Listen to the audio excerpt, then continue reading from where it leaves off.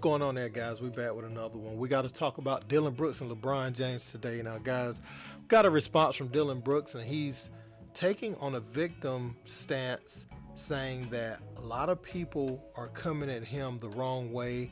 They've painted this narrative about him that doesn't exist. He's saying, if they want to paint him a villain, that's all fine and dandy, but he's saying it in a different way than how he sounded earlier this year. You remember him and Ja Morant have been the front men when it comes to verbalizing everything the Memphis Grizzlies are about to accomplish. And I've noticed the contrast between when Steph Curry and Klay is on the court and how much they talk, win, lose, or draw, than they do with LeBron James and Anthony Davis on the court. They feel like these guys are physically superior, and they just want to win humble. Now they want to be quiet. They don't have so much to say. And now he wants people to feel sad for him after he hit Dillon Brooks below the belt. Now they said Dillon won't be suspended for this, and he will be available to play next game. Check out what he had to say, though.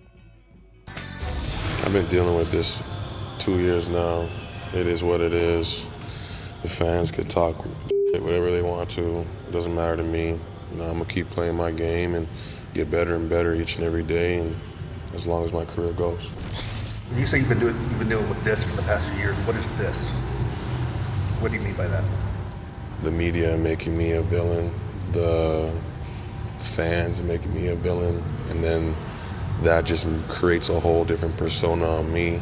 So now you think I intended to hit LeBron James in the nuts. I'm playing basketball, I'm a basketball player. So if I intended, and that's whatever is in the flagrant 2 category of having a flagrant 2, and you think I did that, that means you think I'm that type of person. And that's why I don't rate Mark Taylor at all. Hey LeBron, pre-game cameras caught you talking to Dillon.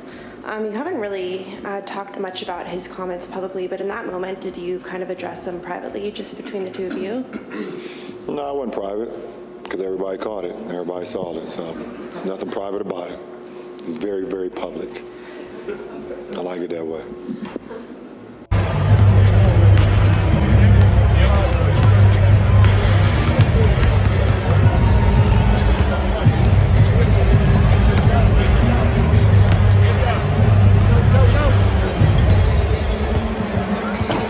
First of all, Dillon Brooks, that was just weak. When you walk out after chirping the way that you did leading into the game against LeBron James and the Lakers, just the same as I just said about Julius Randle, for you not to be available to talk, that's pathetic. Number 2, you really gonna blame it on the media? The media has made you look a certain, really? Let me ask you this question, Dillon Brooks.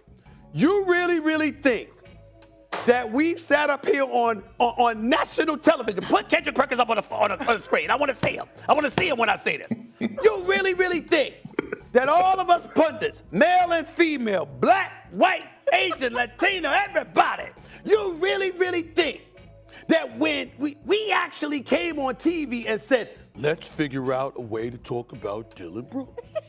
You really think that? You're not Ja Morant. Hell, you damn sure ain't Elvis. No, we did not do that. You did it. You brought the attention to yourself. We simply waited for you to back it up because we loved the chirping.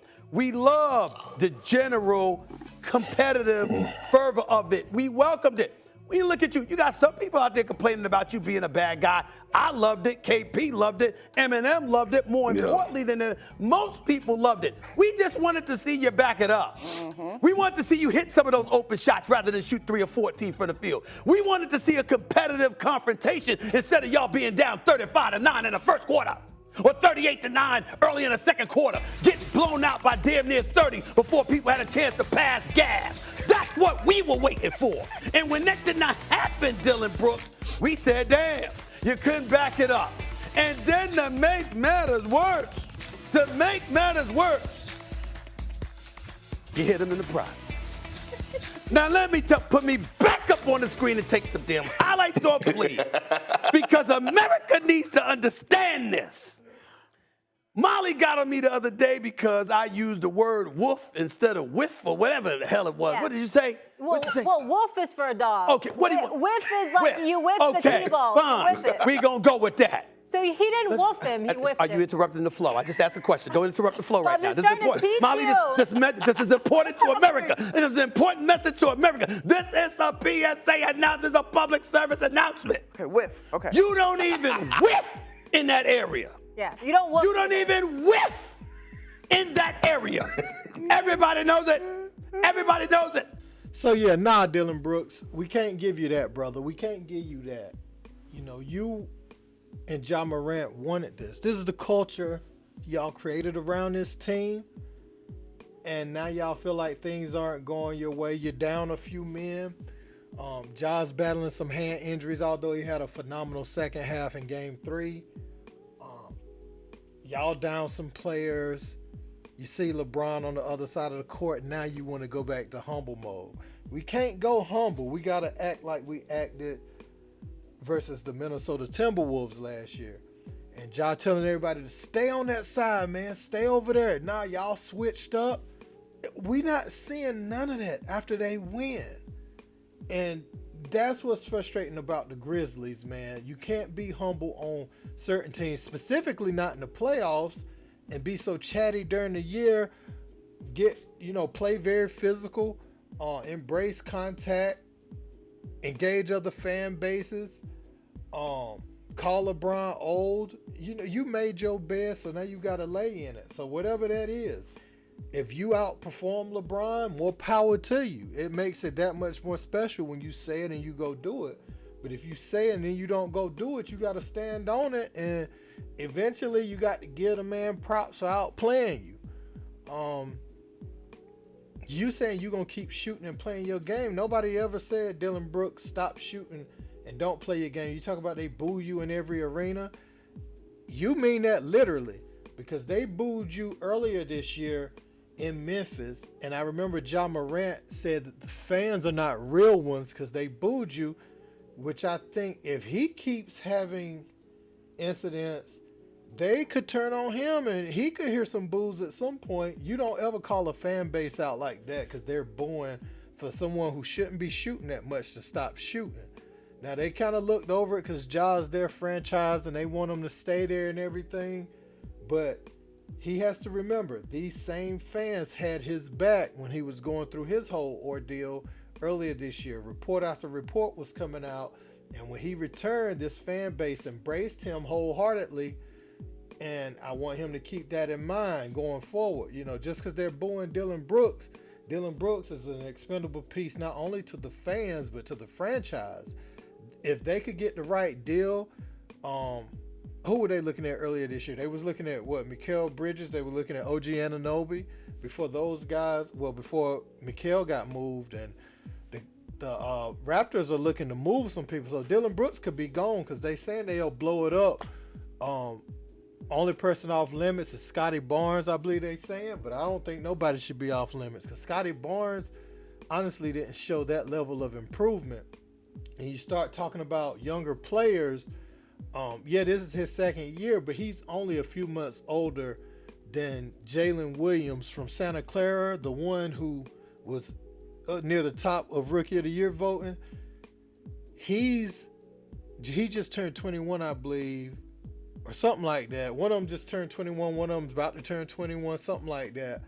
And so Scotty Barnes was old for his class, to be a one and done at Florida State. And Jalen Williams, he was young to be a 3-year college player. So I feel like he should be expendable too. So I just say that to say Dillon Brooks could get traded for anybody off of Toronto. It's like 3 or 4 players. You don't think if Memphis could get Siakam or OG Anunoby or somebody like that, they wouldn't trade a Dillon Brooks? So Ja doesn't need to lean into the fan base like that because Dillon Brooks is not one of those players that'll play with your team forever. Now, Dillon Brooks needs to be careful, and I ain't talking about being scared of players, but he needs to be careful that these stars want him on their team if he's traded. Because you may have some people that don't like to play with Dillon Brooks, and they are the franchise player, and he could be out of the league quicker than he know it, being so attached to Memphis. He don't have the skills and the power to be able to say, look, this, and this, and you get traded to that team, and now you on the same team with that player. So I would just say, talk your junk on the court, keep it competitive, but don't get personal, because you won't be there forever. You miss a lot of shots, you talk a lot. I don't know, man. I want to see these boys be consistent about their identity as the villains. You embrace that, that's what it is going forward. Under this current regime, I think the only player people actually like on that team is Jaren Jackson Jr. They'd like to watch Ja play, but the likability of Ja coming out of Murray State, where he was kind of like the people's champ, that is gone. You got people from a certain demographic that like Ja because he reminds you of how you play around the way. Just his style, his flash and all that, his on court stuff.